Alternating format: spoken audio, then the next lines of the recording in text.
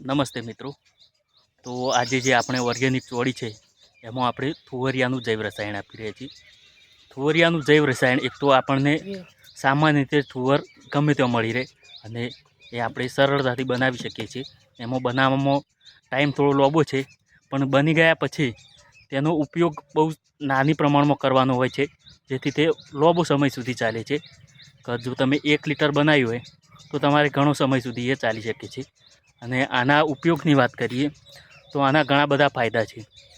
એક તો આમાં ભરપૂર પ્રમાણમાં પોટાશ અને ફોસ્ફરસ જેવા તત્વો હોય છે, જે આપણું ફળ બેઠું હોય તેને સારો એવો જથ્થો મળે છે, એનો ગ્રોથ સારો થાય છે અને ભરાવદાર ફળ બને છે। અને અંદર જે દૂધવાળું તત્વ હોય એમાં એવા ઘણા બધા ઘટકો હોય છે કે જે આપણે જે જીવાત આવે છે, જેમ કે થ્રિપ્સ, કથેરી, સફેદ માખી અને અન્ય જે ઈયળો આવે એ બધાને દૂર રાખે છે। અને આપણું જે શાકભાજી હોય કે અન્ય પાક હોય એમાં સારો એવો ગ્રોથ થાય અને આપણા જે પાક હોય એને રક્ષણ મળે છે। નમસ્તે।